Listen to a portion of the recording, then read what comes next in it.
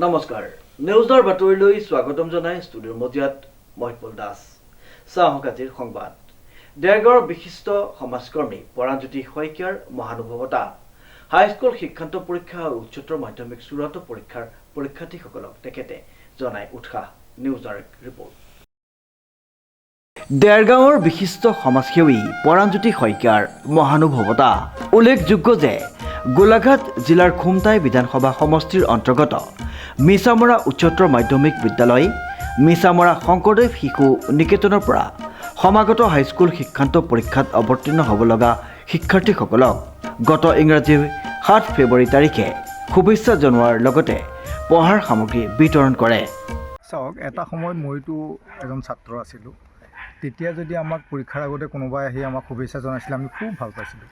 তো এইবাৰ মই ভাবিলোঁ যিসকল হাইস্কুল শিক্ষান্ত পৰীক্ষাত তেওঁলোকে পৰীক্ষাত বহিব তেওঁলোকক পৰীক্ষাৰ আগতেই যদি আমি এটা সৰু উপহাৰ দিওঁ, শুভেচ্ছামূলক উপহাৰ দিওঁ, তেওঁলোকে নিশ্চয় পৰীক্ষাত বহিবৰ কাৰণে অকণমান উদগনি পাব, অকণমান উৎসাহ পাব। আৰু তেনে এটা কথা চিন্তা মনলৈ অহাৰ পিছত মই এই প্ৰচেষ্টা ল'লোঁ আৰু ইতিমধ্যে আমি বিভিন্ন স্কুলত এনেকৈ ধৰণে উপহাৰ দিছিলোঁ। কিন্তু এতিয়া পৰীক্ষা খুব সোনকালে আহি থকাৰ কাৰণে তেওঁলোক সকলো স্কুললৈ আহিব পৰা নাই। সেয়েহে মই ঘৰে ঘৰে ছাত্ৰ ছাত্ৰীসকলৰ ঘৰে ঘৰে গৈ তেওঁলোকক এই শুভেচ্ছামূলক উপহাৰটো দি তেওঁলোকক উৎসাহিত কৰিবৰ কাৰণে পৰীক্ষাৰ কাৰণে মই যত্ন কৰিছোঁ। তেওঁলোকৰ আহি থকা পৰীক্ষাত সুখ্যাতিৰে উত্তীৰ্ণ হৈ সমাজ আৰু দেশলৈ সমাজকৰ্মী পৰাণজ্যোতি শইকীয়াই বিদ্যালয় দুখনৰ ছাত্ৰ ছাত্ৰীসকলৰ ঘৰে ঘৰে গৈ উক্ত সামগ্ৰীখিনি বিতৰণ কৰে। এই পদক্ষেপক সকলোৱে প্ৰশংসা কৰিছে। অনুভৱ খুবেই সুন্দৰ। এই ব্যক্তিগৰাকীৰ যি আন্তৰিক প্ৰচেষ্টা তাৰ বাবে শলাগ লৈছোঁ আৰু বিদ্যালয়ৰ তৰফৰ পৰা কৃতজ্ঞতা জ্ঞাপন কৰিছোঁ।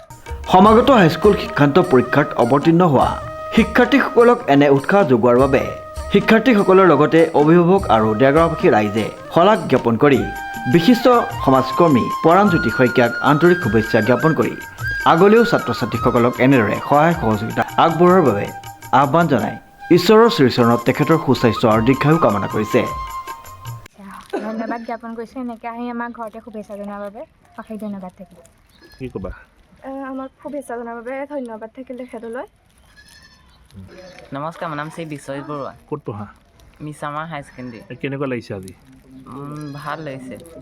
ধন্যবাদ জ্ঞাপন কৰিলোঁ এনেকৈ আহি শুভেচ্ছা জনোৱাৰ বাবে। নমস্কাৰ, অমলান্তি বৰুৱা।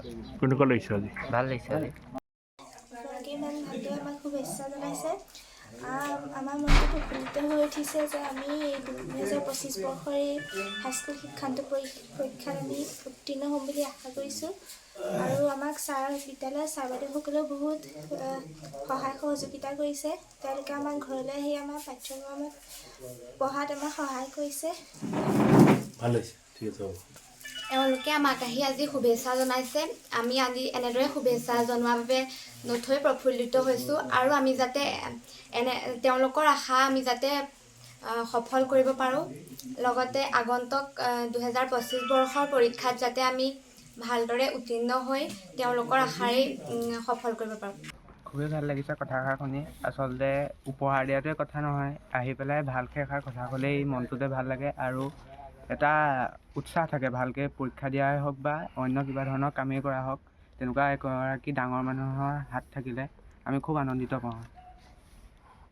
বহুত ভাল লাগিছে। তেওঁ যে আমাক খবৰ ল'বলৈ আহিছে সেইটোৱে আমাৰ বহুত আনন্দিত হৈছোঁ আমি। আৰু এটি ক্ষুদ্ৰ উপহাৰ দিয়াৰ কাৰণে বহুত বহুত ধন্যবাদ। তেওঁ যে আহিছে আমাৰ সেইটোৱে বহুত ভাল লাগিছে।